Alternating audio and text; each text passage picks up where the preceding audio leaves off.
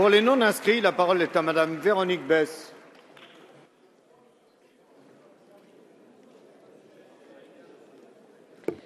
Monsieur le Président, Mesdames, Messieurs les députés, Monsieur le Premier ministre, j'aurais aimé vous souhaiter bonne chance.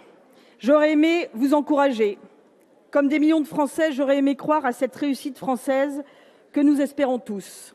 Hélas, force est de constater que vous êtes à bout de souffle et que vous vous entêtez. 5 mois, c'est la durée de vie de votre premier gouvernement et c'est révélateur. Il y a 5 mois, Monsieur le Premier ministre, voilà ce que vous nous disiez ici même, à la tribune de l'Assemblée nationale, lors de votre première déclaration de politique générale. Je vous cite, « Il faut se concentrer sur l'essentiel, et l'essentiel, c'est de redonner confiance aux Français dans leur avenir. » Or, qu'avez-vous fait ces 5 derniers mois? Vous avez fait l'inverse. Et c'est bien la seule réussite que l'on ne peut vous retirer. Il faut arrêter de mentir aux Français. Reconnaissez-le, ce quinquennat est un fiasco. Aujourd'hui, les Français attendent autre chose que des discours. Les Français attendent autre chose qu'un aveu d'échec. Car cette nouvelle déclaration de politique générale, Monsieur le Premier ministre, c'est un aveu d'échec. C'est même l'aveu d'un triple échec. Un échec économique, tout d'abord. La dette de la France croît, l'euro pénalise nos entreprises, pénalise la France et souffle notre croissance. Les entreprises étouffent sous le poids des charges, sous le poids de la paperasse, et pendant ce temps, le chômage augmente. Il est temps d'arrêter de faire des moulinets. La simplification administrative dont on nous rabat les oreilles depuis des années, où en est-on? On l'attend toujours. La baisse significative des charges pour les entreprises, je parle des artisans, des TPE et des PME, qu'en est-il? Rien, il ne se passe rien. Pire, vous avez taxé davantage des secteurs prometteurs auxquels vous avez mis un coup d'arrêt, je pense notamment aux services à domicile. Deuxièmement, un échec social. Quelques exemples. Le logement, la loi Allure, qu'il faut revoir de fond en comble. Dans toutes les communes de France, les Français ont du mal à se loger. Les permis de construire sont à la baisse et mettent en difficulté bon nombre d'artisans du bâtiment. Le pouvoir d'achat des Français, ensuite. Vous avez réussi à imposer les foyers les plus en difficulté.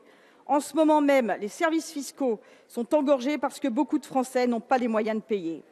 Autre exemple, les jeunes sacrifiés, avec l'apprentissage notamment, dont le nombre d'entrées en contrat n'a cessé de baisser malgré vos beaux discours.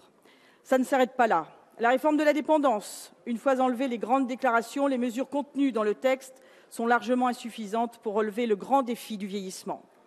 On pourrait encore citer la réforme des retraites. Vous n'avez même pas réussi à appliquer votre propre réforme, puisque seuls 15% des décrets d'application ont été publiés. Enfin, un échec moral. Je parle d'échec pour la France, mais c'est en réalité votre seule réussite.